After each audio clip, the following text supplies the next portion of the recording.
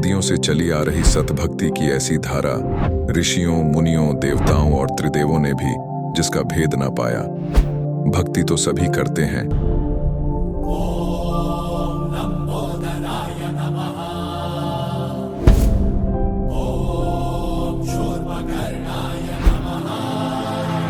और हरदम यह सोच रहती है कि रहने के लिए आलीशान घर हो, घूमने के लिए बड़े बड़े पार्क हो, खाने पीने के लिए स्वादिष्ट भोजन हो, हम कभी बीमार ना हो, कभी दुखी ना हो और कभी भी ना मरे।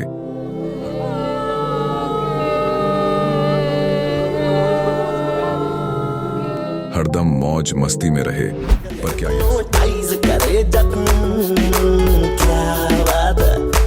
पर क्या यह संभव है? हम सब इतनी भक्ति करते हैं, व्रत करते हैं, श्राद्ध निकालते हैं, कावड़ लेकर आते हैं, बोले बोले, बोले, अरे बोले बोले, बोले। मंदिरों में जाकर मूर्ति पूजा करते हैं,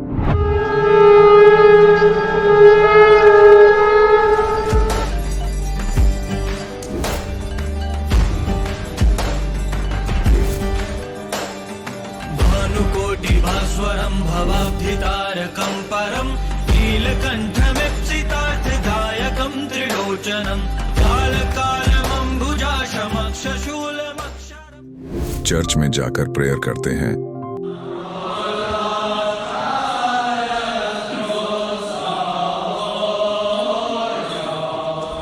मस्जिद में जाकर नमाज अदा करते हैं,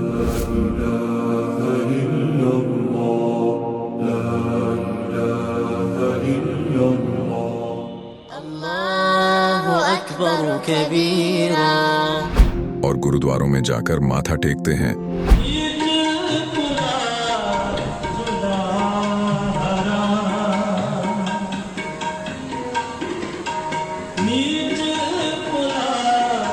फिर भी दुखी क्यों है? लेकिन क्या आप जानते हैं वो कौन सी भक्ति है? वो भक्ति जिसने मीरा को जहर से बचा लिया, ध्रुव और प्रहलाद की रक्षा की, अंधे को आंखें और बहरे को कान दिए, कोढ़ी को काया दी, दुखियों को सुखी जीवन दिया, मरने वाले को जीवन दान दिया और लाइलाज बीमारियों को दूर किया। जब संत रामपाल जी महाराज जी से दीक्षा ले ली थी, उसके बाद जब उनका कुछ विद इन मंथ कैंसर में राहत मिली। जैसे हम लोग परमात्मा का आदेश आया, हम लोग हॉस्पिटल गए और ऑपरेशन कराया। भगत जी 1 रुपया का भी दवाई माता जी को खाना नहीं पड़ा, और जो डॉक्टर कैंसर है बताते थे, वही डॉक्टर के मुख से हमने ये सुना भगत जी कि ये चमत्कार कैसे हो गया। तो हॉस्पिटल में दिखाया तो कैंसर घोषित कर दिया डॉक्टर ने यहाँ। तो फिर इसके इलाज के लिए घूमे, इलाज भी नहीं हुआ, तो फिर घर पे थक के बैठ गए। कैंसर के लिए जिंदल हॉस्पिटल में रहा, उसके बाद सपड़ा हॉस्पिटल में रहा, उसके बाद जयपुर को दिखाया, उसमें कोई इलाज नहीं हुआ।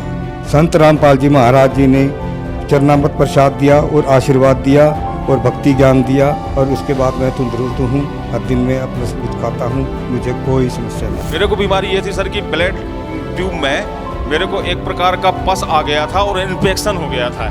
उस इन्फेक्शन को डॉक्टर लोग वो कह रहे थे कि इसमें आपको ऑपरेशन करना पड़ेगा। आश्रम पहुंचने में परमात्मा का नामदान लिया और जो उन्होंने मुझे उपदेश दिया, उस उपदेश देने के बाद उन्होंने आशीर्वाद दिया। आशीर्वाद देने के बाद तत्क्षण में मेरा ये रोग वहीं के वहीं दर्द बिल्कुल ठीक हो गया। भक्ति सभी करते हैं, लेकिन उपरोक्त लाभ सिर्फ सतभक्ति से ही प्राप्त होते हैं। आज भी सतभक्ति करने वाले हजारों लाखों लोगों को शास्त्र अनुसार भक्ति का अद्भुत अनुभव प्राप्त हो रहा है। आइए जानते हैं ऐसे ही लाखों श्रद्धालुओं में से एक सतभक्ति करने वाले इस श्रद्धालु का अनुभव। नमस्कार सर। नमस्कार सर। क्या नाम है सर आपका? संदीप कुमार जी। कहाँ के रहने वाले हैं सर? मेरा जी जिला जलंधर है, तहसील नकोदर है, पिंड महतपुरा जी। क्या काम करते हैं सर आप? मैं ये बेडशीट का बिजनेसमैन हूँ। सर आपने संत रामपाल जी महाराज से नाम उपदेश कब लिया? मैं 2014 में लिया नाम जी। सर संत रामपाल जी महाराज की शरण में आने से पहले आप क्या भक्ति साधनाएं करते थे?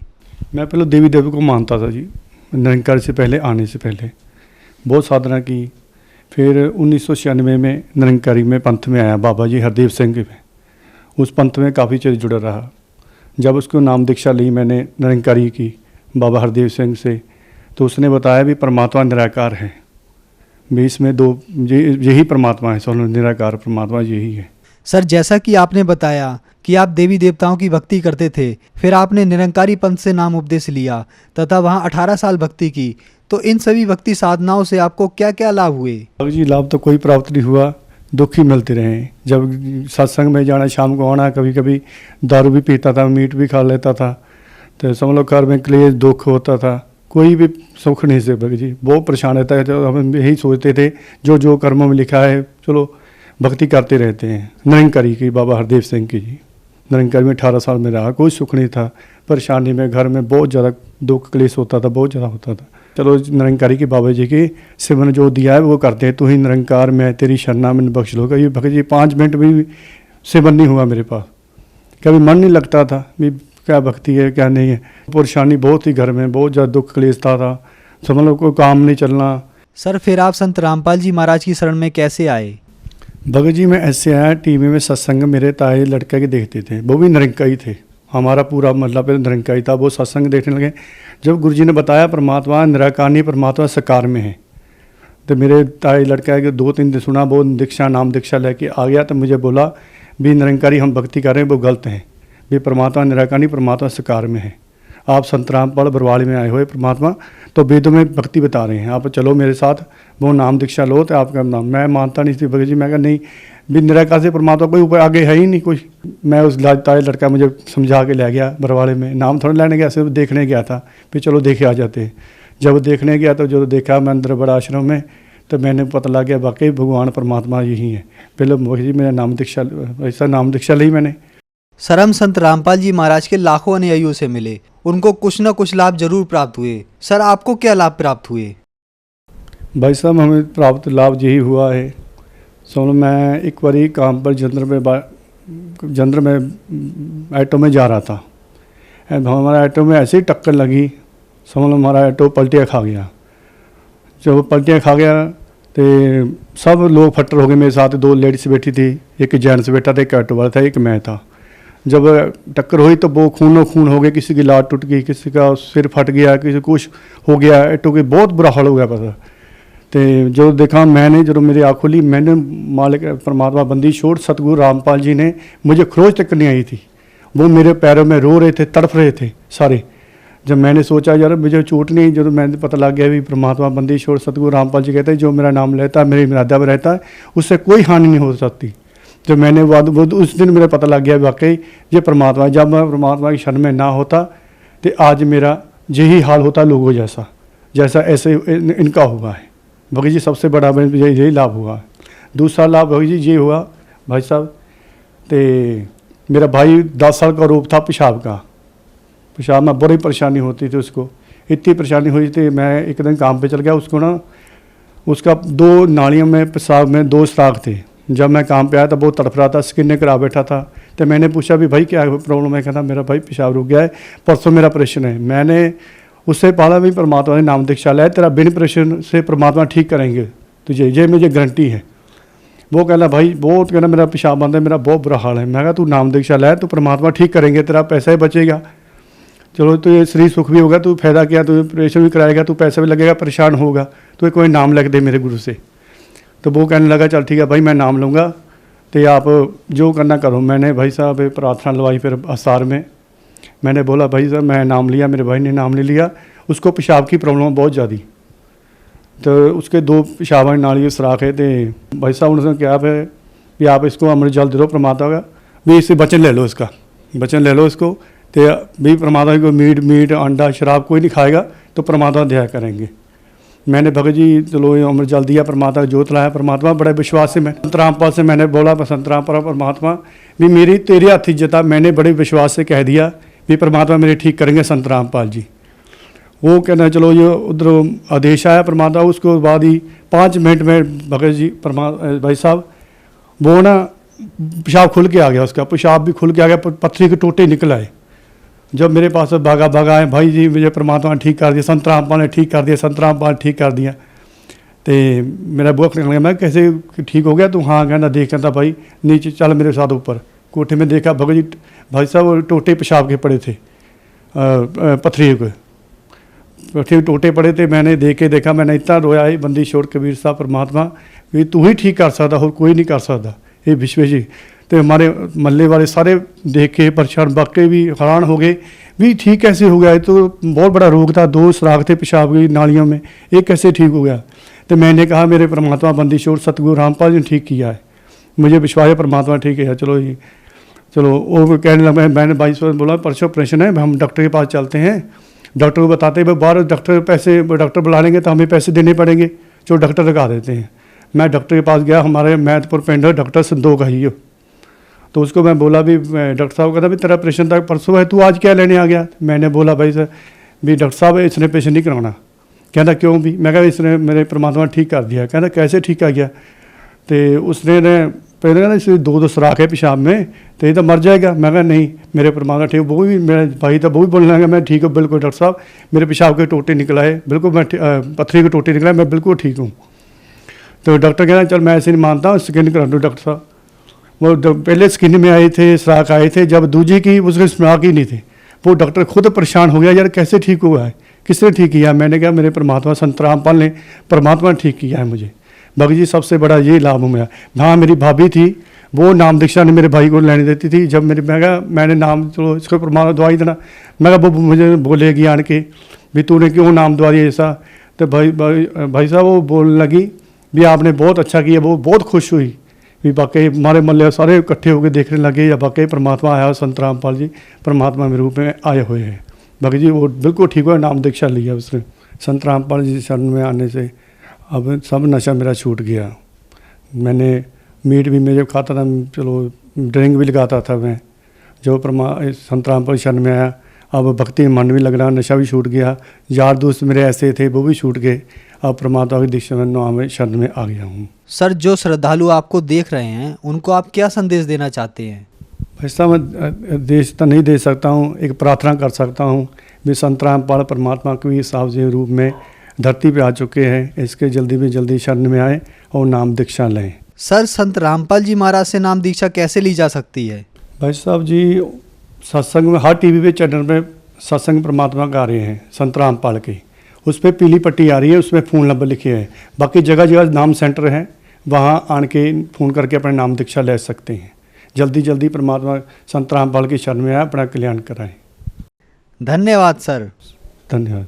अब जगत गुरु तत्वदर्शी संत रामपाल जी महाराज जी के सत्संग के माध्यम से उस अद्वितीय आध्यात्मिक ज्ञान के बारे में जानते हैं जिसके माध्यम से आप भी प्राप्त कर सकते हैं ऐसे आध्यात्मिक, मानसिक और भौतिक सुख जो अभी तक आपने सिर्फ मीराबाई, ध्रुव, प्रहलाद जैसे कुछ ही भक्तों की जीवन कथा में सुने होंगे। अब सुनिए तत्वदर्शी संत के संग शास्त्र अनुकूल भक्ति सत्संग, ऐसा अद्वितीय आध्यात्मिक ज्ञान जिसका है सर्वधर्मों के पवित्र शास्त्रों में प्रमाण। आपका भविष्य अंधकार में होगा, बहुत भयंकर हानि होगी आपको यार।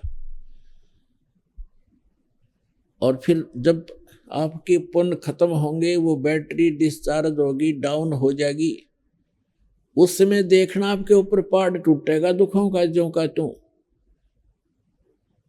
फिर वो कोई भी सब सुविधाएं समाप्त हो जाएंगी, क्योंकि आगे चार्जर आपका था नहीं। तो उसका भी फिर विकल्प है, फिर चार्जर लगवाना ही पड़ेगा, तभी वह बैटरी फिर संग्रह होगी, ना तो गया काम तय। ये दास बहुत पहले से कहता रहा है, जैसे क्योंकि पहले तो ज्ञान नहीं था और शुरुआत से सन 1994 से दास दीक्षा देना प्रारंभ कर रखी है गुरुदेव के आदेशानुसार। और ये सन 2001 के आसपास 2001 को इस दास को प्रेरणा हुई कि ये जो ज्ञान कबीर भगवान ने हमें दे रखा है सूक्ष्म वेद में, उससे तो दास पूरा परिपूर्ण था, आधारित था, उसी को लेकर आगे चल रहा था, वही गुरुदेव ने हमें बताया था। तो दास की एक तमन्ना थी, हार्दिक प्रार्थना थी भगवान से कि ये थी आप वाला ज्ञान भगवान अगर हमारे हिंदू धर्म के या सभी धर्मों के सदग्रंथों में भी मिल जावे तो आपके बच्चों तक आपका संदेशा पहुंचाने में दास को सुविधा हो जाएगी। अन्यथा ये मानेंगे नहीं, क्योंकि जब तक इनको सुख हो रहा है, जो अनुयायी बने थे 1994 से लेकर 2001 तक, वो वही बने थे जिनको सुख हो रहे थे। ऐसे ऐसे सुख हो रहे थे, सोच भी नहीं सकते थे। और ये जरूरी नहीं होता कि हम जो सोचें भगवान सारी करे, क्योंकि बच्चा तो एक सर्प को भी पकड़ने की चेष्टा करता है। माँ बाप, बॉडी गार्ड, अंगरक्षक, कोई भी गार्डियन है, वो थोड़ा पकड़ने देगा, उसको उठा लेगा, उठा कर सुरक्षित ले जाएगा, कहीं ये डस ना ले। तो कुछ ऐसे हमारी डिमांड होती है जो भगवान नहीं देगा, करेगा आपको, जो आपको हानि करने वाली होंगी। जैसे मान ले किसी ने कोई बिजनेस शुरू करना है और आपकी पूरी टारगेट बन गया, ये करूँगा, और भगवान आपको सहयोग नहीं दे पा रहा है, तो समझ जाना चाहिए कि इसमें आपको हानि होगी आगे चल के, और आप उसी से विमुख हो जाते हैं। मैंने ये काम किया, सफल नहीं हुआ, वो सफल होने में आगे तुझे ज़्यादा हानि हो जानी थी, इसलिए ना होने दिया उसने, तो वो छोड़ जाएगा नाम को। तो कहने का भाव ये था, ऐसे बहुत से चले गए जिनको 6 सुख दिया, और एक जिसने वो चाह रहा था और भगवान नहीं चाह रहा था उसको देना, वो नहीं दिया, तो वो 6 सुख भूल के उस एक दुख को लेकर चला गया। लेकिन 1 वर्ष, 2 वर्ष, 4 वर्ष जो उसने भक्ति की, दान किया, सेवा की, पाठ करवाया, वो तो संग्रहित हो गए। उसके बाद वो वहाँ से जाने के बाद वो काम तो चले, चाहे उसका हुआ ना हुआ, पर और ठीक होते रहे। तो उसका दुर्भाग्य था, उसको ये महसूस नहीं हुआ कि तेरा कनेक्शन कट गया, और ये पुण्य जो संग्रह तू कर लिया, ये 1 वर्ष, 2 वर्ष, 4 वर्ष, 10 वर्ष भी चल सकते हैं, लेकिन आगे क्या बनेगा ये ज्ञान नहीं था। अब ये दास देख रहा है जो 10-10 वर्ष, 15-15, 12-12 वर्ष हो गए नाम त्याग गए, जो 2-2 वर्ष, 3-3 वर्ष, 4-4 वर्ष साधना करके छोड़ गए, अब आ रहे हैं लुटपिट कर दोबारा रोते हुए कि वही दुख फिर शुरू हो गए। और मैं प्रतिदिन कहा करता सत्संग में कि ऐसे दुख आवेंगे ये जो चले गए यहाँ से, अब रोते हुए आ रहे हैं, उनको वही दुख फिर प्रारंभ हो गए।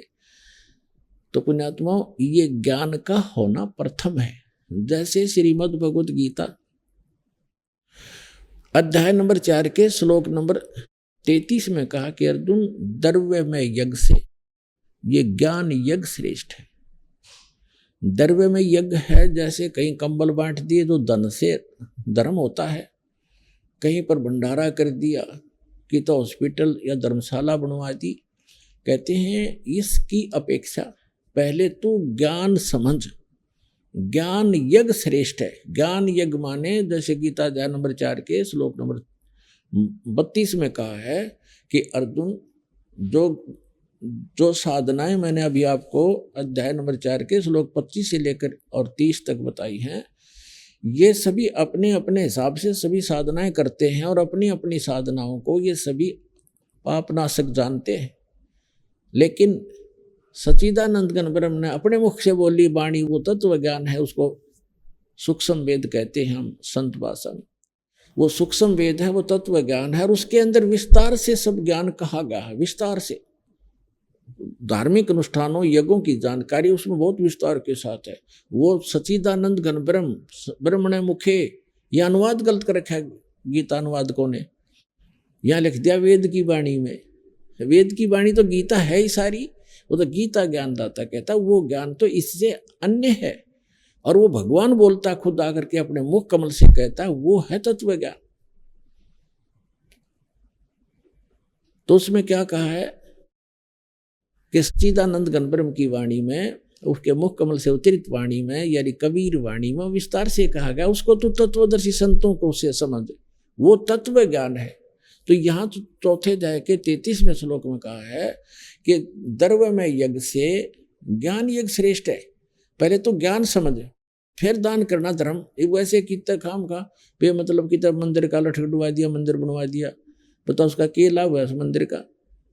कहीं धर्मशाला बनवा दी, अच्छी बात है, कहीं आपने भंडारे कर दिए, कंबल बांट दिए, मेडिकल बनवा दिए, कोई प्याऊ बनवा दी, अच्छी बात है, लेकिन मोक्ष तो नहीं हुआ आपका। आप पहले तत्व ज्ञान समझिए, फिर दीक्षा लीजिए संत से, फिर जैसे डॉक्टर बतावे वो उपचार चलेगा। डॉक्टर आपको जो परहेज बतावे वो भी आपने करने पड़ेंगे, और पथ्य अपथ्य का आपने ध्यान रखना पड़ेगा, तभी आपका उपचार होगा। तो इसी प्रकार आपने सबसे पहले ज्ञान समझना चाहिए, और ज्ञान समझ के उसके बाद फिर अपना सत्य भक्ति, जैसे गुरु जी बतावें वैसे करने से ही आपको लाभ होगा। तो यहाँ दास का जो उद्देश्य है कि वो अब जो पहले इस ज्ञान को ढंग से समझा नहीं, अब परमात्मा ने दया करी आपके ऊपर, आप तो समझ रहे हो, साथ के साथ सब प्रमाण देख कर आते हो, तो आप डगमग नहीं हो सकते। लेकिन उस समय अभाव हमारे सामने ये था कि दास को इन सदग्रंथों में यह परमात्मा का बताए ज्ञान वाली सच्चाई प्राप्त नहीं थी, ज्ञान नहीं था। 2001 में परमात्मा ने प्रेरणा की इस दास को, कबीर साहब का एक अमर वाणी जो सच्चिदानंद घन ब्रह्म की वाणी वो याद आई कि वेद मेरा भेद है और मैं ना मिलूं वेदन के माही, और जौन वेद से मैं मिलूं ये वेद जानते नहीं। अब यह बात खटकी प्रेरणा दाता की है, करे करावे साइया मन में लहर उठा, दादू सिर दरजीव का वो आप बगल हो जा। एक प्रेरणा हुई क्रोथा आश्रम के अंदर दास पहले घर घर में सत्संग करता था, फिर इतना अधिक हो गया था सत्संग, घर घर में नहीं कर पाया था, एक एक दिन 5-5 4-4 जगह पाठ शुरू हो जाते थे। फिर एक सामूहिक भक्तों ने एक आश्रम और अपना खरीद लिया, किसी ने दान में दे दिया, जैसे भी दान से, और तो उसमें हम रहने लगे।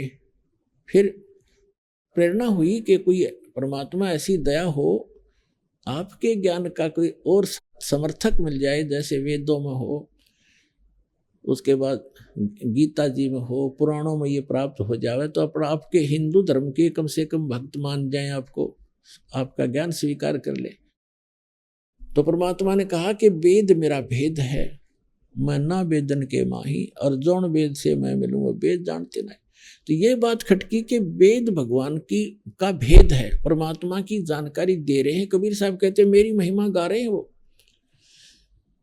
तो वेद तो हमने कभी देखे भी नहीं थे, वो किस पर टाइप के हैं, कैसे हैं। तब तक गीता हम पढ़ा करते थे, तो ये भी सुना करते थे कि सभी सदग्रंथों का सारभूत है श्रीमद् भगवत गीता। तो श्रीमद् भगवत गीता के अंदर दास ने जब पढ़ना शुरू किया, क्योंकि पहले तो इतना बिजी शेड्यूल था, फिर आश्रम में रहने से कुछ हल्का हुआ तो समय मिला मुझे, उसमें देखा कि गीता ज्ञानदाता खुद कहता है कि अर्जुन तू उस परमेश्वर की शरण में जा, उसकी कृपा से तू परम शांति को और सनातन परम धाम को प्राप्त होगा। दास की ऐसी स्थिति होगी जैसे भूखे न भोजन मिल जाए, निर्धन न धन मिल जाए, ऐसी स्थिति होगी। न फूला नहीं समाओ है भगवान, आपने सारा खजाना रखा है इसमें आपका ही। उसमें सारा नए सिरे से गीता जी का अनुवाद किया, जिसको गहरी नजर गीता में आपके पास उपलब्ध है, परमात्मा के ज्ञान के आधार से उसका अनुवाद किया। जो सब अनुवादकों ने गलत कर रखा है, अक्षरों का अनर्थ कर रखा है अर्थों के। जैसे अनुत्तम माने चौथी कक्षा के बालक ने पूछ ले, अनुत्तम माने उत्तम माने गुड, अनुत्तम माने बैड, और ये क्या है अनुत्तम माने जिससे उत्तम कोई और ना हो। जैसे उत्तीर्ण है, उत्तीर्ण माने पास, बच्चा उत्तीर्ण हो गया, पास हो गया, और अनुत्तीर्ण लिखा हो किसी के पीछे, और वो नौका में सबसे उत्तम पास हो गया हो, पीटे जा छाती पास तो टट्टू हो गया तू। तो वो भूल इन न रखी बालकों वाली बातें। 7वें अध्याय के 18वें श्लोक में गीता जी में गीता ज्ञानदाता तो कहता है मेरी ये ज्ञानी आत्मा नेक आत्मा है, परमात्मा के लिए समर्पित है, लेकिन इनको तत्वदर्शी संत नहीं मिला, इस कारण से मेरे वाली अनुत्तम साधना में ये गति में लीन रहे। अब गीता अध्याय नंबर 8 के श्लोक नंबर 13 में गीता ज्ञानदाता कहता है ओम इति एक अक्षरम ब्रह्म व्यवहारण माम अनुसमन ये परियाति तदन देहम सयाति परमाम गति। मेरे सतर का केवल एक ओम मंत्र है, ओम अक्षर, नथिंग एल्स। उच्चारण करके सिमरण करता हुआ जो अंतिम सांस शरीर छोड़कर जाता है वो इस ओम से मिलने वाली परम गति को प्राप्त होता है। ओम ब्रह्म का मंत्र है।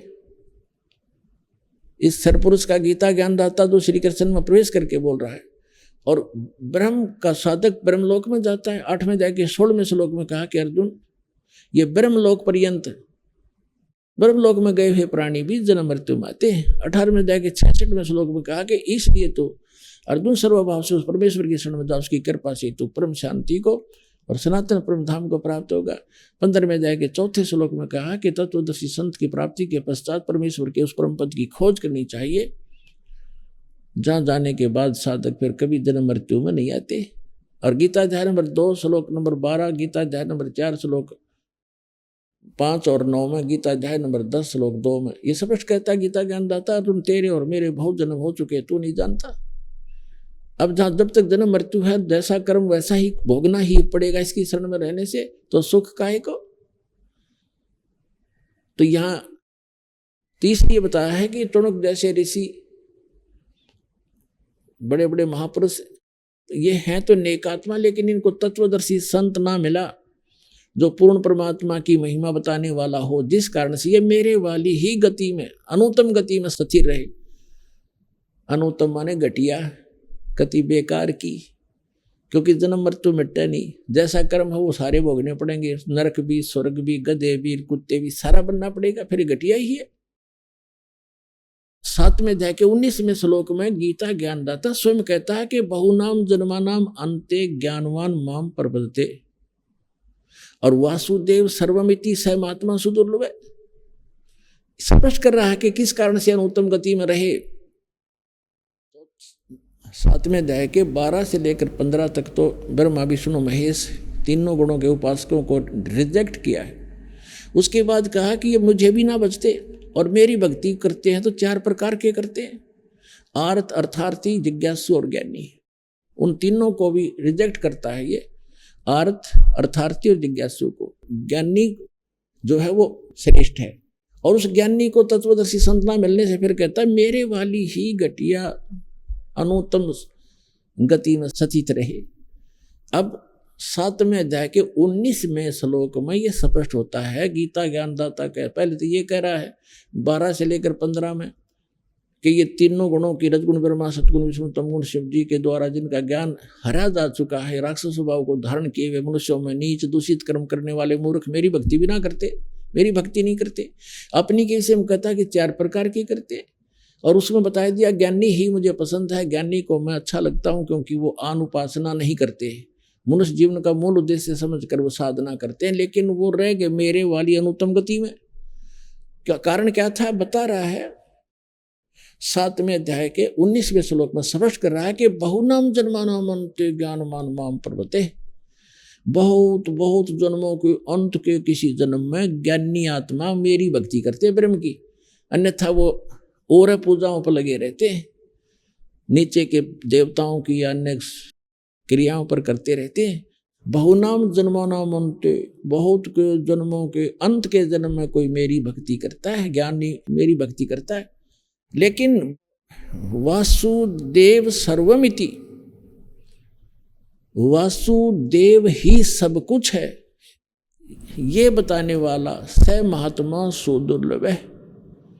वो संत तो बड़ी मुश्किल से मिलेगा कि वासुदेव ही सब कुछ है। वासुदेव का अर्थ होता है सबका मालिक, जिसकी सत्ता सब ब्रह्मांडों के ऊपर हो, वो वासुदेव है। श्री कृष्ण वासुदेव नहीं थे, श्री कृष्ण जी तो वासुदेव के बेटे थे, पुत्र थे, और वासुदेव उसके पिता का नाम वेदों से ही रखा गया था, क्योंकि जैसे हम चांद रखते अपने बच्चे का नाम, किसी का सूरज रख लेते हैं, तो वो चांद और सूरज थोड़े ही ये, तो इसी प्रकार वो वासुदेव नाम था, वासुदेव का पुत्र था श्री कृष्ण। श्री कृष्ण वासुदेव नहीं था, वो तो श्री विष्णु जी था, श्री विष्णु जी थे। और विष्णु जी केवल एक ब्रह्मांड में 3 लोक पर, पृथ्वी लोक, पाताल लोक और स्वर्ग लोक पर केवल एक विभाग का प्रभु है, स्वामी है, मालिक है, ये वासुदेव नहीं है। और इसका जो ब्रह्म है, ब्रह्मा विष्णु महेश का पिता सरपुरुष जो गीता ज्ञान दे रहा है श्री कृष्ण में प्रवेश करके, ये केवल 21 ब्रह्मांड का प्रभु है, स्वामी है। गीता अध्याय नंबर 15 के श्लोक नंबर 16 में ये 2 पुरुष बताए, सरपुरुष ये 21 ब्रह्मांड का पुरुष स्वामी है, और 7 संग ब्रह्मांड का अक्षर पुरुष है, वो भी वासुदेव नहीं है, केवल इतना ही स्वामी है, इतना ही व्यापक है, इतना ही वो वासुदेव है। और 15वें अध्याय के 17वें श्लोक में कहा कि उत्तम पुरुष तु अन्य परमात्मा इति उदाहरते, यह लोक तरम अविश्य विवर्ती अवेश्वर। वो 3रे नंबर का जो परम अक्षर ब्रह्म 8वें अध्याय के 3रे श्लोक में जिसके विषय में कहा है, वो परम अक्षर ब्रह्म है, वो है वास्तव में वासुदेव। और वही गीता ज्ञानदाता कहता है कि अर्जुन तू सर्वभाव से 18वें अध्याय के 62वें श्लोक में सर्वभाव से उस परमेश्वर की शरण में जा, उसकी कृपा से तो परम शांति को, सनातन परम धाम को प्राप्त होगा। तो कहते हैं कि ये बताने वाला संत कि वासुदेव सर्वमिति, कि वो सर्वशक्तिमान परमात्मा ही सब कुछ है, वो ही सबका पापनाशक है, वो ही सबको मोक्ष देने वाला है, वो सबकी उत्पत्ति करने वाला है और केवल वही उपास्य है। उसको इष्ट रूप में उपासना उसी की करनी चाहिए। तो ये बताने वाला संत तो बड़ी मुश्किल से मिलेगा। तो इन्होंने बैठा रखा था सारा। अच्छा, गीता अध्याय नंबर 18 के श्लोक नंबर 62 में स्पष्ट किया कि तू सर्वभाव से उस परमेश्वर की शरण में जा। अरे अज्ञानी अनाड़ी हमारे गुरु धर्म गुरु कहते हैं ना, अपने विषय में कह रहा आ जा, कोई बात ही। फिर जान का की अर्थ कहता है जो आजा बैठी को तू सुखी शरण में था, वो खुद पहले ही था। गीता अध्याय नंबर 2 के श्लोक नंबर 7 में अर्जुन पहले ही कह रहा कि मैं आपकी शरण हूं और मेरी बुद्धि अब काम करना बंद करेगी, मेरी अकल काम नहीं करती। जो हमारे हित में हो आप हमें बताओ, आप हमारे गुरु हो, हम आपके शिष्य। अर्जुन कह रहा मैं तो आपकी शरण पहले ही हूं। तो यह 18वें अध्याय के 66वें श्लोक में ये विचलित हो गए। उसका मूल संस्कृत मूल पाठ ऐसे है कि सर्वधर्मान परित्यज्य माम एकम शरणम वर्ज अहम तवा सर्व पापे भो मोक्षामि मा सच। अब गीता ज्ञानदाता कहता है कि मेरे सतर की जो साधना तू कर रहा है, 17वें अध्याय के 23वें श्लोक में 3 पुरुषों की भक्ति है, सरपुरुष, अक्षर पुरुष और परम अक्षर पुरुष की। ओम तत्सत इति निर्देश ब्रह्मणा त्रिवेद समर्थ है। ब्राह्मणा तेन वेदा च यगा विहता पुरा। ओम तत्सत, ओम इस सरपुरुष का ब्रह्म का है और तत् ये सांकेतिक है, सत भी सांकेतिक है। ये तत् है अक्षर पुरुष का मंत्र है और सत भी सांकेतिक है, जिसको सार नाम कहते हैं। ये परम अक्षर पुरुष का, उस पूर्ण परमात्मा का मंत्र है। तो यहाँ इसने बताया 18वें अध्याय के 66वें श्लोक में कि जो तू सही संत तुझे मिलेगा तत्वदर्शी, वो 3 मंत्र की उपासना देगा। उसमें जो मेरे सतर की भक्ति है ओम नाम की, वो मुझे त्याग दे। अब हम क्या करते रहे, पहले ओम नाम के जाप को ब्रह्म लोक में खत्म कर देते, इसकी कमाई को, इसकी भक्ति को, और अपना वहाँ पुण्य समाप्त करके 84 लाख योनियों में गिर जाते थे, अपना धन नाश करके हम निर्धन हो जाते थे। तो अब ये कहता है यदि तुम उसकी शरण में जाना है तो मेरे सतर की ओम नाम की पूजा मुझे छोड़ देना, ये विधान है। फिर कहा है कि सर्वधर्मान परित्यज्य माम, मेरे सतर के जो धार्मिक क्रियाएं तूने की है, क्योंकि यज्ञ हवन जो हम धर्म करते हैं और ओम नाम का जाप, ये हम यही छोड़ेंगे, इसको देंगे और अपना संसारिक लाभ हमें यहाँ मिलता रहेगा। फिर जो तत् और सत मंत्र के जो कमाई है ये आगे लेकर चलेगी आपको। तो तत् है जो अक्षर पुरुष का, इसके 7 संग ब्रह्मांडों से हमने गुजरना है, वहाँ इसका टैक्स देना है, इसकी कमाई वहाँ दे देंगे। और तीसरा जो सारनाम है सत, जिसको गीता में श्लोक 17 के 23 में कहा है, वो सत, ओम तत्सत, जो सत है वो है सारनाम, वो है परम अक्षर ब्रह्म का, उस सत्य पुरुष का। वो लेकर हमें सतलोक में प्रवेश कराएगा, बर्मा द्वार खोल के। अब जैसे सर्वधर्मान परित्यज्य माम एकम शरणम व्रज, इसने कहा कि मेरे सतर के जितने धार्मिक अनुष्ठान तूने किए हैं तत्वदर्शी संत की प्राप्ति के उपरांत, तो वो मुझे छोड़ मेरे को दे दे। और एकम शरणम व्रज, एकम मानो जिसके बराबर दूसरा ना हो, अद्वितीय सच्चिदानंद घन ब्रह्म की शरण में जा, तब मैं तुझे सब पापों से मुक्त कर दूंगा। हम पाप कर्मों से बंधे रहते हैं यहाँ पर, जैसे हमने इस कारण ले रखा था, ये नहीं देंगे तो नहीं जाने देगा, तो ऋण दे देंगे, हम चले जाएंगे, छोड़ देंगे। तो इसका अर्थ ये बनता है व्रज माने जाना होता है, इन सब नाड़ियों ने आना किया हुआ है। तो ये बैठा इन्होंने अज्ञान बना दिया, इस निर्मल ज्ञान गीता जी का अज्ञान बना के धर दिया अपने अनुवाद में। अब जो प्रसंग चल रहा है कि फिर दास ने गीता जी को अनुवाद किया, फिर सोचा कि वेदों को भी देखूं। वेद भी अनुवादित थे, जिसमें महर्षि दयानंद और उसके चेलों ने फिर ये किए। और था श्री राम शर्मा, इन कईयों के अनुवादकों के दास ने वेद पढ़े, क्योंकि मूल ज्ञान दास के पास था जो तत्व ज्ञान है। और इन्होंने इन सदग्रंथों के जहाँ अनुवाद खराब किए, वो दास के समझ में तुरंत आ गए। तो फिर वेदों को देखा, वो तेरे की फिर दास ने सोचा था कि ये महर्षि दानंद जो है ये वेदों का विद्वान समझा जाता है, और सत्यार प्रकाश के बारे में हम भी सुना करते थे कि इन्होंने वेदों को ही सरल करके इसमें लिखा है, उसका ज्ञान है। तो दास ने फिर सत्यार प्रकाश इस चाव से पढ़ा था कि अगर इसमें समर्थन मिल जाए तो यहाँ के लोग इसको बहुत मानते हैं और ये भी और ज़्यादा सहयोगी होगा भगवान को भगवान मनाने में। अब सत्यार प्रकाश जब देखा और वेदों से मेल करा, एक भी कितना भी सच्चाई आसपास नहीं पाई, तो इसलिए दास ने कहना शुरू किया ये सत्यार प्रकाश में कोई भी सत्य नहीं है, ये बिल्कुल झूठा है। और देखो कोई दास का उद्देश्य नहीं, सबको ये समझाना चाहता हूँ कि आप दिशा गलत जा रहे हो, आप इसको त्याग दो और वापस आ जाओ। बुद्धिमान थे वो तो आ ही गए, लेकिन जिनकी रोजी रोटी बंद हो गई थी आचार्यों की, जो उनसे चंदा लेकर खा रहे थे, इसको बेच रहे थे, रोजी रोटी निर्वाह कर रहे थे, उन्होंने भ्रमित करना शुरू कर दिया, झूठ बोलने शुरू कर दिए। चाहा था कि रामपाल बिल्कुल इतना बदनाम कर दें, इसका नाम से भी नफरत हो जाए लोगों का, लेकिन ये भगवान का मार्ग है, परमात्मा का चलाया हुआ है। 600 वर्ष पहले परमात्मा आए थे, उनके साथ भी ऐसे जुल्म किए थे हमारे धर्म गुरुओं ने, लेकिन तब भी उसका कुछ नहीं बिगाड़ पाए। लेकिन इतनी कमी रहेगी कि उसमें शिक्षित नहीं थे हम शिक्षित ना थे, इसलिए भगवान यही ज्ञान सुनाया करते जो दास आपको आज सुना रहा है। लेकिन आज दास को उन सदग्रंथों का सहयोग मिला जिससे आपको खींचने में आसानी हुई। अन्यथा आपको जो दास बता रहा था कि 6 सुख होने के बाद एक ही सुख नहीं हुआ जिसको वो चाह रहा था, और जो भगवान उसे देना नहीं चाह रहा था उससे ही भाग गया। अब आप के बारे में परमात्मा ने कहा कि ज्ञान संपूर्ण हुआ नहीं और हृदय नहीं सदावे, और देखा देखी भक्ति का रंग नहीं ठहरावे। अब ज्ञान संपूर्ण दिया है परमात्मा ने, आपको ऐसा ज्ञान कर दिया आप यहाँ से हिल नहीं सकते।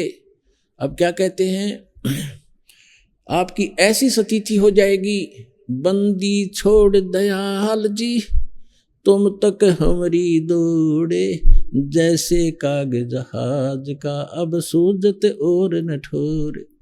समुद्र के अंदर काग बैठ कर चले जाते हैं जहाज के ऊपर, सैकड़ों 200 किलोमीटर जाने के बाद जहाज के चालक पहले समय में ये निरीक्षण किया करते थे कि कहीं तुम्हारा दिशा सूचक डिस्टर्ब तो नहीं हो गया किसी चुंबकीय चट्टान के कारण।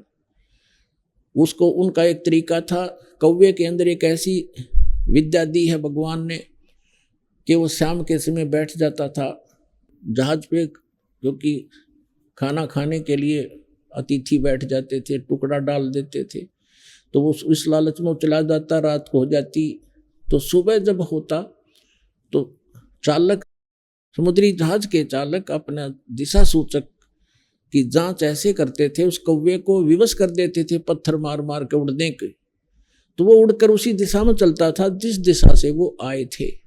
पूर्व से आए थे तो पूर्व को ही चलेगा वो सीधा स्ट्रेट, तो उससे वो अपनी दिशा ठीक कर लेते थे। फिर वो कौवा थोड़ी बहुत दूर जाता था, आधा किलोमीटर मुश्किल से, फिर कहीं बैठने का स्थान नहीं उसको दिखाई देता था, वापस आकर उस जहाज पर ही शरण लेता था, नहीं तो कहीं और बैठे तो डूब कर मर जावे। तो पुण्यात्माओं, ऐसा ज्ञान करा देगा ये दास आपको, सब प्रमाणित करके सदग्रंथों से। आप उस जहाज के काग की तरफ, कौवे की तरह, आपको पृथ्वी पर कोई ठिकाना दिखाई नहीं देगा सतलोक आश्रम बरवाला के सिवाय, तो आपका जीवन बचावे, आपका मोक्ष करावे। तो पुण्यात्माओं, ये आज जो सत्संग प्रारंभ हुआ है परमात्मा के प्रगट दिवस के उपलक्ष्य में, तो आज आपको केवल सतयुग में परमात्मा आए, ये चारों युगों में आते हैं। हमारे सदग्रंथ बताते हैं कि भगवान ऐसी लीला करता है, चारों युग में संत पुकारे, कूक को हम हेल रे, हीरे माणिक मोती बरसे, ये जग चुगता डेल रे। सतयुग में सत सुकृत कह टेरा, त्रेता नाम मुनींदर मेरा, द्वापर में करुणा में कहाया, कलयुग नाम कबीर धराया। बोलो सतगुरुदेव।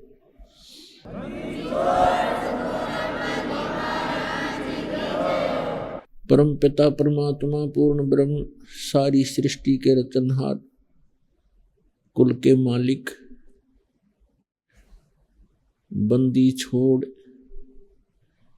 काल के लोक से कर्म बंधन से छुड़वाने वाले बंदी छोड़ कबीर परमेश्वर ये हमारे जनक हैं, हम सब आत्माओं के पिता हैं। और आप जी हम सभी यहाँ पर इस काल के लोक में कर्मों के बंधन से बंध गए।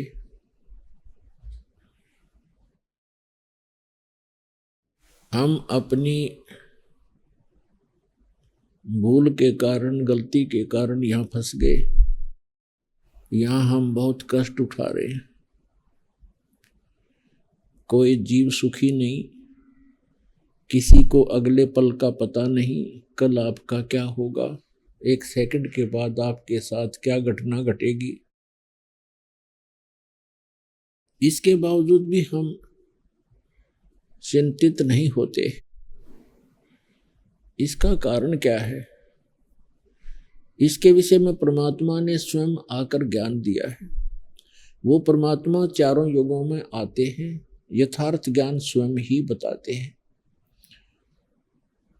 और कहते हैं कि कबीर ये माया अटपटी सब घट आन अड़ी, और किस किस को समझाऊं या कुएं भांग पड़ी।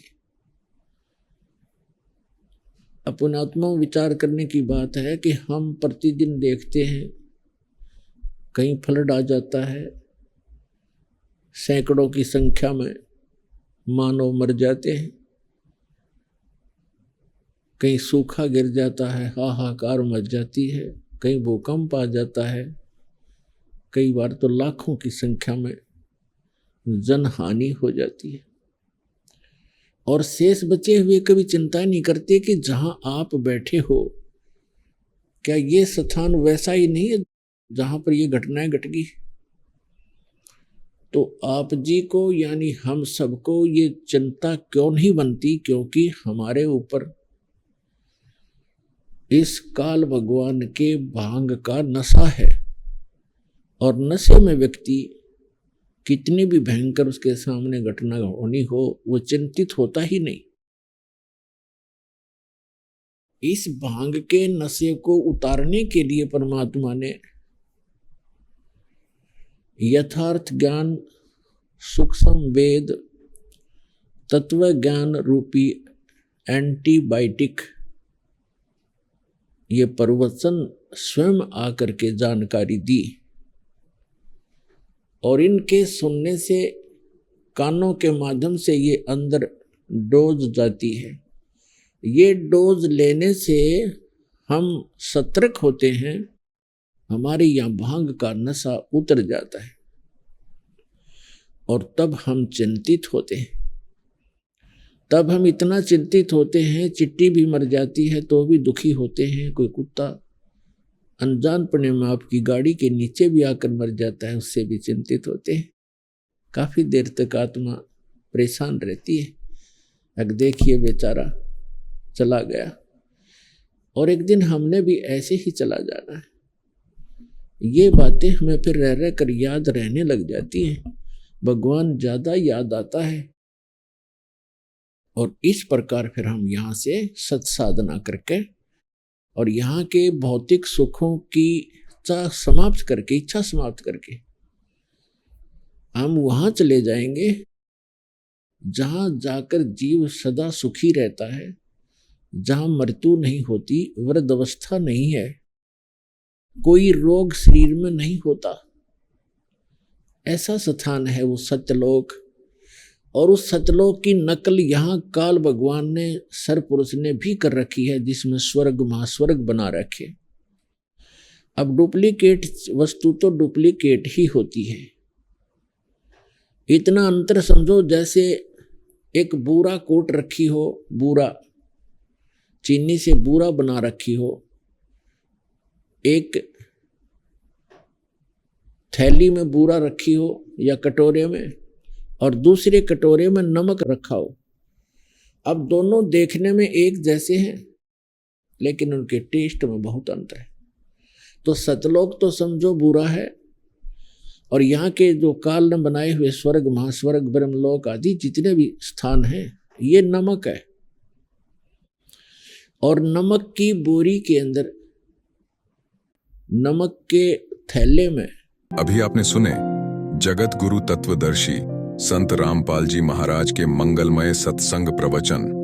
आइए अब सुनते हैं उन भक्तों के अनुभव जिन्होंने संत रामपाल जी महाराज के प्रमाणित ज्ञान से प्रभावित होकर नाम दीक्षा लेकर अनेकों लाभ प्राप्त किए। नमस्कार सर। नमस्कार सर। सर क्या नाम है आपका? मेरा नाम रवि कुमार है। रवि कुमार जी, आप कहाँ से हैं? मैं झारखंड के देवघर जिले से मधुपुर प्रखंड से हूँ। रवि जी, संत रामपाल जी महाराज से नाम दीक्षा आपने कब ली? संत रामपाल जी महाराज से मैंने नाम दीक्षा 13 अक्टूबर 2019 को ली। रवि जी, क्या क्या भक्ति साधनाएं की हैं आपने? बचपन से मैं आर्य समाज की भक्ति करता था। बचपन से जब से मैं पैदा हुआ, उसके बाद कुछ दिन के बाद 3-4 साल की उम्र से मुझे आर्य समाज में दाखिला करा दिया गया। वहाँ के जो भी यज्ञ करना, हवन करना, ये सब मैं करता था। और बचपन से ही मुझे सारा वेद जो है, वो जो अग्निहोत्र करते हैं, हवन करते समय, वो सारा मंत्र मुझे याद हो गया था। लेकिन मेरी परमात्मा की जो तलाश थी वो पूरी नहीं हो पा रही थी। मैं हर समय जब भी मैं नहाता था, मैं सूर्य देव की उपासना करता था। कुछ लोगों ने मुझे कहा कि सूर्य देव की पूजा करने से बहुत लाभ मिलता है। तो मैं उनसे कहता था कि जो दुनिया में सच्चे भगवान हैं वो कौन है, और मेरा जीवन क्यों मुझे मिला। मैं यही सोचता था कि मुझे काम करना पड़ता है, बहुत तरह की तकलीफ़ें होती है, भगवान ने मुझे ऐसा पैदा ही क्यों किया कि मुझे फंसा दिया। मुझे लगता था कि ऐसा कौन भगवान है जो मुझे इस हालात में छोड़ दिए हैं। तो कोई ना कोई ऐसा भगवान है जो सुप्रीम पावर है, मुझे उसकी तलाश करनी चाहिए। और उसकी तलाश करने के लिए मैं आर्य समाज में तो था ही, उसके बाद भी मैं ब्रह्मा कुमारीज़ में हनुमान जी की पूजा भी करता था। और साथ ही साथ आरएसएस विभाग में जहाँ भी मुझे लगता था कि मुझे परमात्मा की जानकारी मिल सकती है, मैं वहाँ जाता था।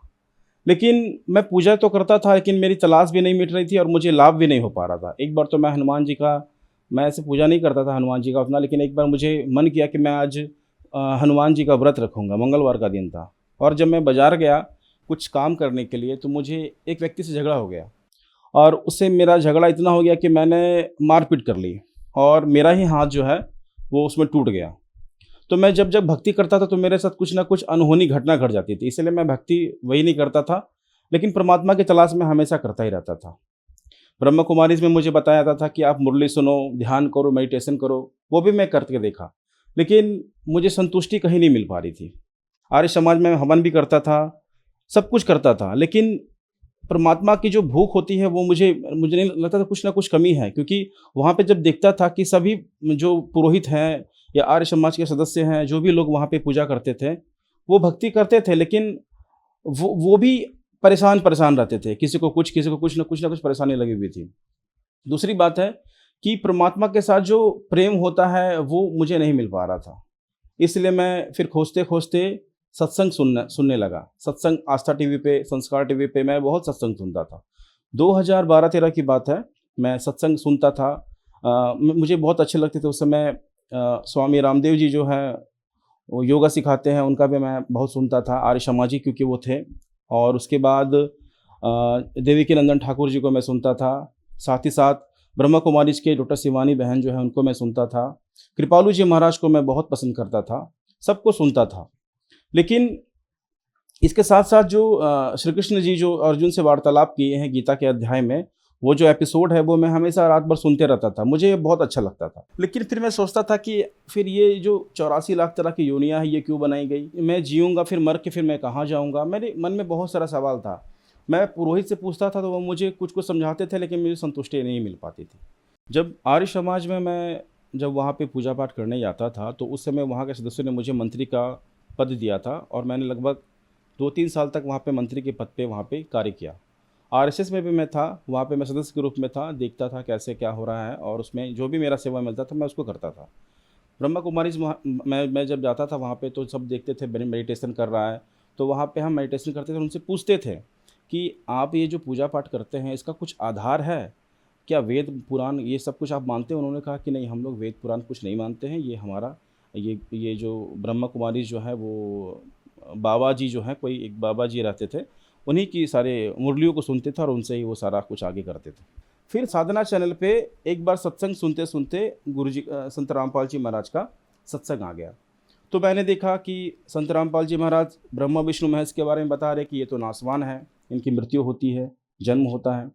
और फिर वो किताब खोल खोल के प्रूफ भी कर रहे थे, श्रीमद् देवी भागवत से, विष्णु महापुराण से, शिव पुराण से, सभी से वो प्रूफ कर रहे थे। तो मैं सोच रहा था कि संत रामपाल जी महाराज ऐसा क्यों कहते हैं, हमारे देवी देवता को छोटा ये क्यों बता रहे हैं, क्या ये अन्य बाबाओं की तरह ही बाबा हैं?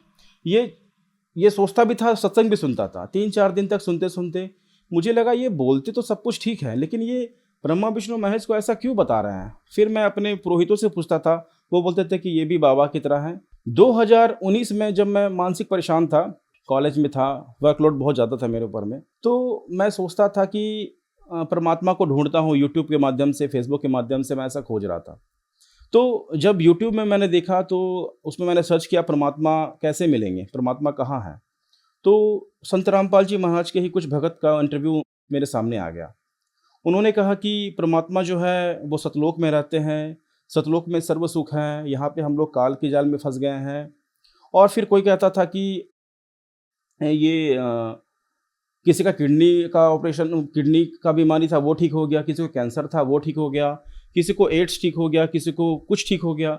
मैं सोचता था कि ये संत रामपाल जी महाराज ऐसा क्या करते हैं कि ये सारा बीमारी ठीक हो जाता है। तो मैंने 2013 में ज्ञान गंगा किताब मंगाया था, लेकिन पढ़ा नहीं था। वो मैंने देखा गुरुजी ऐसे हाथ किए हुए थे, मुझे लगा कि ये अपने आप को भगवान समझते हैं। उस समय मेरा बुद्धि काम नहीं किया, मैं पहचान नहीं पाया। तो मुझे लगा कि ये मैंने किताब को लिया और घर में कहीं ना कहीं रख दिया, उसको पढ़ा नहीं। लेकिन 2019 में जब मुझे लगा कि संत रामपाल जी महाराज का ज्ञान जो है वो बहुत अच्छा है, फिर मैंने बोकारो ज़िले में एक पेटरवार जगह है, वहीं पे संत रामपाल जी महाराज का नामदान केंद्र था, मैंने फ़ोन करके पता किया। फिर मैं वहाँ गया और परमात्मा का, संत रामपाल जी महाराज का नाम दीक्षा वहाँ से मुझे मिला। रवि जी, आप टीवी चैनल्स पर सभी संतों के सत्संग देखा करते थे और आपने नाम दीक्षा सिर्फ संत रामपाल जी महाराज जी से ही ली। तो सर, और संतों के सत्संग में और संत रामपाल जी महाराज जी के सत्संग में आपको क्या भिन्नता नजर आई? संत रामपाल जी महाराज मुझे बताएं कि मोक्ष कैसे मिलेगा, ये जवाब अन्य संतों के पास नहीं था। वो गोल मोल बात करते थे, वो नहीं बता रहे थे कि हमारा ये जो जीवन मिला है ये इसका क्या उद्देश्य है। और दूसरी बात ये है कि सतलोक भी एक स्थान है जहाँ पे जाने के बाद लोग जो है वापस नहीं आते हैं। स्वर्ग जाने के बाद लोगों को वापस आना पड़ता है, नरक जाने के बाद भी वापस आना पड़ता है, 84 भोगना पड़ता है। ये सारा सच्चा ज्ञान जो है वो मुझे नहीं मिल पा रहा था। संत रामपाल जी महाराज की नाम दीक्षा लेने के बाद और उनका ज्ञान समझने के बाद मुझे ये पूरा समझ में आ गया कि आध्यात्मिक ज्ञान जो है वो सिर्फ संत रामपाल जी महाराज के पास है। वो जो भी बोलते हैं वो वेदों में प्रमाणित ज्ञान बोलते हैं, और इसी से प्रभावित होकर मैं संत रामपाल जी महाराज का नाम दीक्षा मैंने लिया।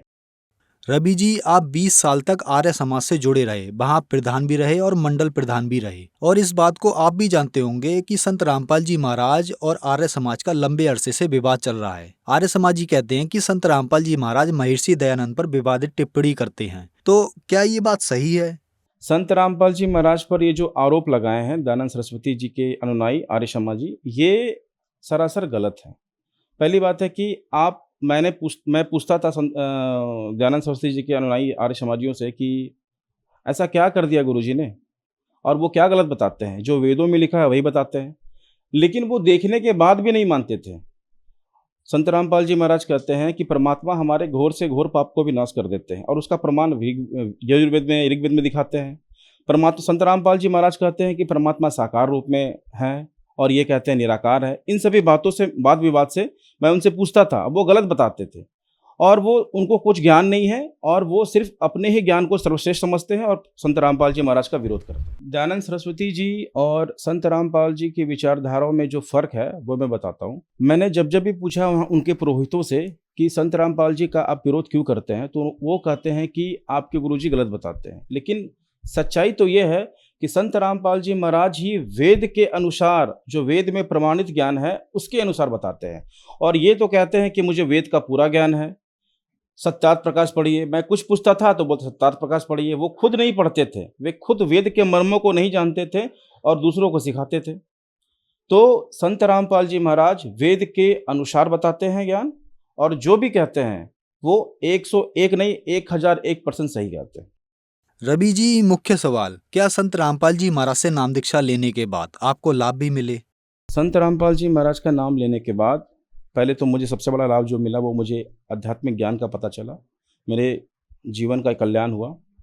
दूसरी बार मेरी आर्थिक स्थिति उतनी अच्छी नहीं थी, बहुत परेशान था। अब मैं आर्थिक स्थिति पहले से बहुत बेहतर है। संत रामपाल जी महाराज की नाम दीक्षा लेने के बाद एक और चमत्कार मेरे साथ हुआ। पहली बात तो मेरा एक्सीडेंट, एक बार 70 के स्पीड से गाड़ी चला रहा था और रात के समय मैं गिर गया, लेकिन मुझे कोई चोट वैसा नहीं लगा, बस हाथ में हल्का सा चोट लगा। और जब मैं एक्सरे कराने गया तो मुझे लगा शायद टूट गया होगा, लेकिन उन्होंने कहा टूटा हुआ नहीं है। 10 रुपये की गोली दी और उससे मैं ठीक हो गया। हालांकि बाकी सबको मेरा शर्ट फट गया था, पैंट फट गया था, लेकिन अंदर चोट नहीं लगा हुआ था। सभी को लग रहा था कि ये बहुत ज़्यादा ये हो गया होगा, लेकिन मुझे वैसा कुछ नहीं हुआ था। और संत रामपाल जी महाराज की भक्ति करने के बाद, नाम दीक्षा लेने के बाद मुझे एक लाभ मिला कि कॉलेज में मेरे जो प्रमुख हैं उनसे मेरा किसी बात को लेके अनबन हो गई और उन्होंने मुझे कॉलेज में साजिश करके मुझे टर्मिनेट करा दिया। मैंने इसके लिए बहुत सारे नेताओं के पास गया, अरदास लगाई, तो उन्होंने मेरा साथ नहीं दिया। जब मैं हार गया और मेरा काम कहीं से नहीं बना तो मैंने समर्पण कर दिया कि हे संत रामपाल जी महाराज, हे कबीर साहब, अब आप ही पूर्ण परमात्मा हैं, आप ही दया करेंगे, अब मैं नहीं कुछ कर सकता, अब आप जानिए। तो उसी रात को फ़ोन आया और वही फ़ोन करके बोले कि कोई दिक्कत नहीं है, आप फिर से आइए, सारा जो मुझ पर आरोप लगा था वो सब क्लियर हो गया। और फिर मुझे मान सम्मान के साथ उसी पोस्ट पर मुझे फिर से रख दिया गया और मैं आज वहीं सेवा कर रहा हूँ। मैं पॉलिटेक्निक कॉलेज के लाइब्रेरियन पोस्ट पे हूँ। जब मैं नाम दीक्षा लिया उस समय मैं घर पे अकेला ही नाम दीक्षा लिया हुआ था, कोई और नहीं था। तो मैं आस पड़ोसी के सबको बोलता था और मेरे जो दोस्त हैं, मेरे जो कलीग्स हैं, मैं सबको बोलता था कि संत रामपाल जी महाराज की नाम दीक्षा लो। कुछ दिन बाद मेरी जो माता है उन्होंने कहा कि ठीक है, मैं नाम दीक्षा लूँगा, इससे क्या होगा। मैं कहा कि आप अगर संत रामपाल जी महाराज की भक्ति करेंगे, आपको आर्थिक लाभ, शारीरिक लाभ, जो कुछ भी आपको कमी है, भक्ति मार्ग में बाधक है, वो सब ठीक हो जाएगा। तो मेरी माँ ने विश्वास किया, परमात्मा का ज्ञान, संत रामपाल जी महाराज का ज्ञान समझा और नाम दीक्षा लेने के बाद उनके पैर में बहुत पुराना दर्द था। वो जब उठती थी सुबह ना तो पैर लंगड़ा लंगड़ा के उठती थी, चलने में बहुत दिक्कत होता था। संत रामपाल जी महाराज कोरोना काल के समय में जब मेरी मम्मी ने नाम दीक्षा लिया, उसी समय से नाम दीक्षा लेने के बाद ही फिर उनको पैर दर्द वो समाप्त हो गया। और यहाँ पे कमर के पास कुछ दर्द था, वो बोलती रहती थी कि हमेशा मुझे दर्द करता रहता है, वो भी दर्द समाप्त हो गया। संत रामपाल जी महाराज दीक्षा लेने के बाद मुझे ये सब लाभ हुआ। रवि जी, संत रामपाल जी महाराज से नाम दीक्षा लेने के बाद आपको बहुत सारे लाभ मिले, तो जो दर्शक आज आपको टीवी पर देख रहे हैं और वो भी संत रामपाल जी महाराज से नाम दीक्षा लेना चाहते हैं, तो कैसे ले सकते हैं? आपके चैनल के माध्यम से मैं सभी को बताना चाहूँगा, चैनल पर उनका सत्संग चलता है। सत्संग चलते समय नीचे में पट्टी चलती है, उसमें संपर्क सूत्र लिखे रहते हैं। आप उस फ़ोन नंबर पर फ़ोन कीजिए और फिर अपने नज़दीकी नामदान केंद्र पर जाके संत रामपाल जी महाराज की दीक्षा प्राप्त कर सकते हैं। धन्यवाद सर। सत साहिब।